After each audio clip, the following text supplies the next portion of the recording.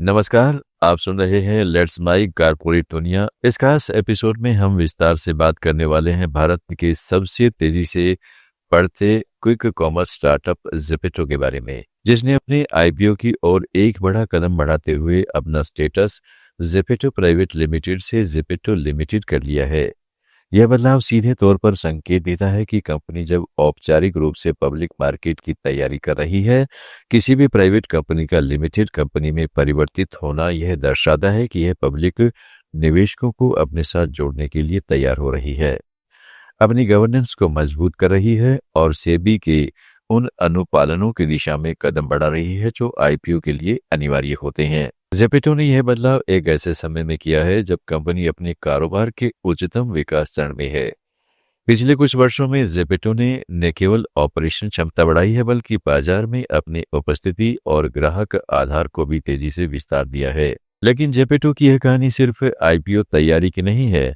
ये कहानी है तो युवा उद्यमियों की, जिन्होंने भारत के क्विक कॉमर्स उद्योगों को पूरी तरह बदल दिया। इसलिए शुरुआत करते हैं ज़ेपेटो की यात्रा से, जहां से यह पूरा सफर शुरू हुआ।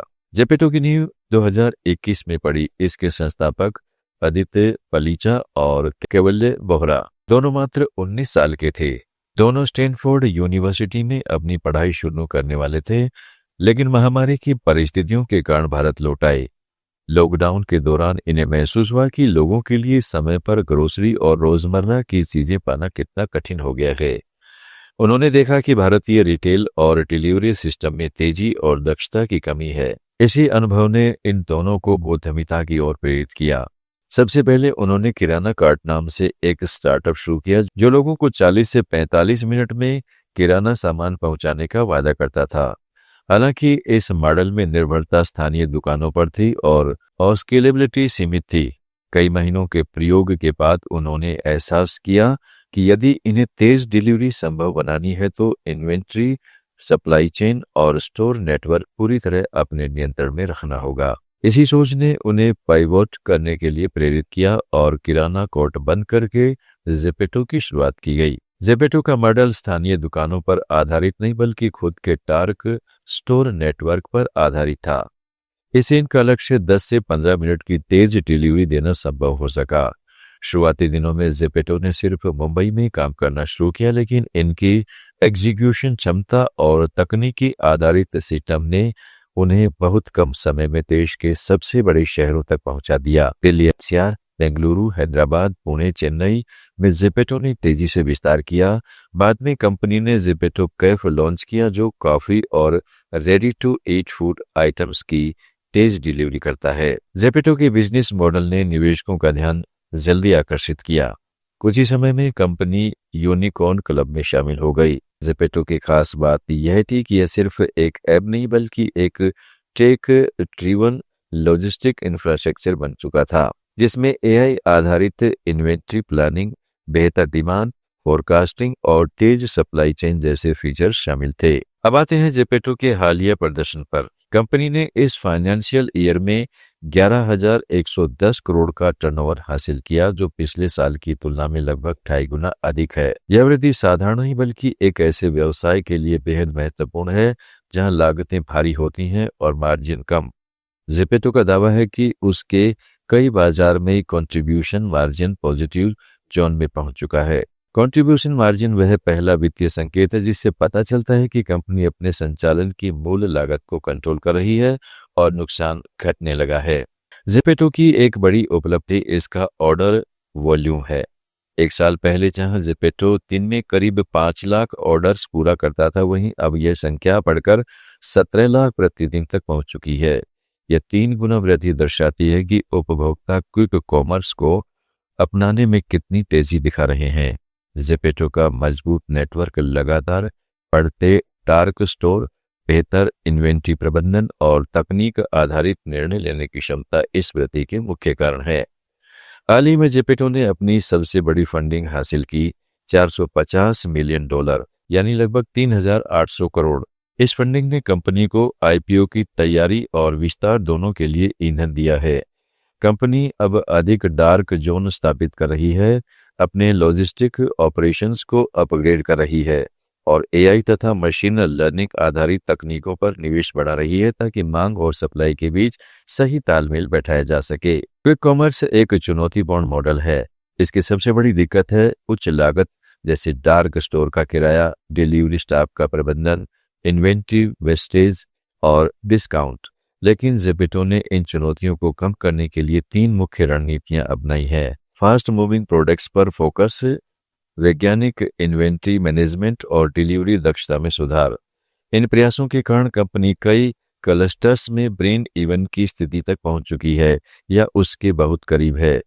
यही वह संकेत है जो निवेशकों को उम्मीद देता है कि ज़ेपेटो भविष्य में प्रॉफिटेबिलिटी हासिल कर सकता है। अब बात करते हैं आईपीओ की तैयारी की। सूत्रों के अनुसार ज़ेपेटो मिड दिसंबर तक अपनी डीआरएचपी को सेबी में कॉन्फिडेंशियल रूटीन में फाइल करने की योजना बना रहा है। कॉन्फिडेंशियल रूटीन में कंपनी अपनी फाइलिंग सार्वजनिक नहीं करती, जिससे उसे आईपीओ के समय और रणनीति पर अधिक नियंत्रण मिलता है। जब मार्केट की स्थिति अच्छी होगी तब कंपनी अपने आईपीओ की घोषणा कर सकती है। इस रूट का इस्तेमाल कई बड़ी टेक कंपनियां करती हैं क्योंकि इससे उन्हें समय और परिस्थितियों का लाभ मिलता है। अगर सब कुछ योजना के अनुसार चलता है तो ज़ेपेटो का आईपीओ 2025 की दूसरी तिमाही में देखने को मिल सकता है। अब बात करते हैं कंपटीशन की। भारत का क्विक कॉमर्स बाजार 3 बड़े खिलाड़ियों के बीच बटा है। ब्लिंकिट, स्विगी, इंस्टामार्ट और बिग बास्केट की बीबी नव सेवा। ब्लिंकिट ने ज़ोमैटो के साथ मिलकर अपने मॉडल को बहुत मजबूत किया है और बेहतरीन यूनिट इकोनॉमिक्स हासिल की है। स्विगी, इंस्टामार्ट भी स्थिरता की दिशा में काम कर रहा है। बिग बास्केट अपनी पारंपरिक ग्रोसरी पकड़ के साथ तेजी से रियल टाइम डिलीवरी की तरफ बढ़ रहा है। इन सब के बावजूद ज़ेपेटो सबसे तेजी से बढ़ने वाली कंपनी साबित हुई है।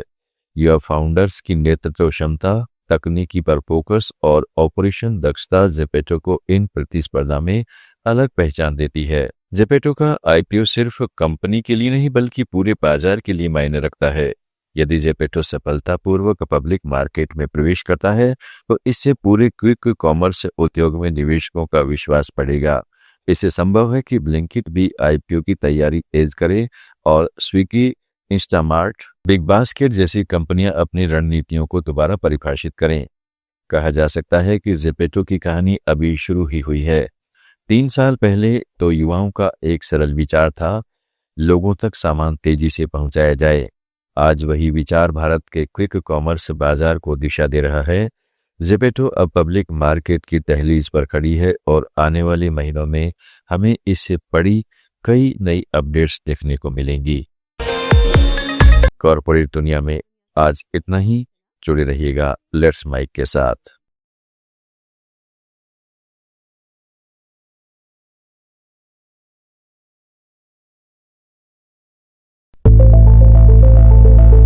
It's time for news. It's time for more than radio. Presenting the first radio news app, Let's Mic. Let's Mic, a news-based app on your phone where you get to watch and listen news, talk shows, interviews, radio show podcasts. On Let's Mic, you get all relevant information of TV, print, radio, podcast, and digital. Let's Mic talks about every segment of life.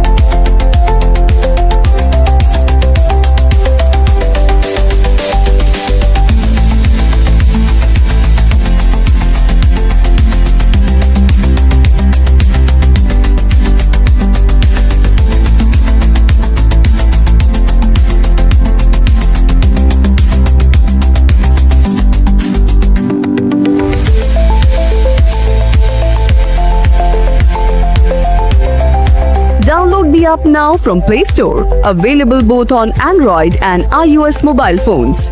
Follow us on YouTube, Instagram, Twitter, LinkedIn, Facebook, Telegram, WhatsApp, Snapchat. Let's talk, let's connect, and let's mic. It's time for news. It's time for more than radio. Presenting the first radio news app, Let's Mic. Let's Mic, a news-based app on your phone where you get to watch and listen news, talk shows, interviews, radio show podcasts. On Let's Mic, you get all relevant information of TV, print, radio, podcast, and digital. Let's Mic talks about every segment of life.